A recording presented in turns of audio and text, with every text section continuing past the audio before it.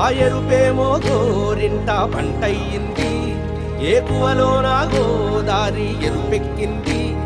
ఆ ఎరుపేమో గోరింట పంటయ్యింది. పండిన చేతికెన్నో సిగ్గులొచ్చి ఆహా సిగ్గంత చీర కట్టింది. చీరలో చందమామ ఎవరమ్మ, ఆ గుమ్మ సీతమ్మ.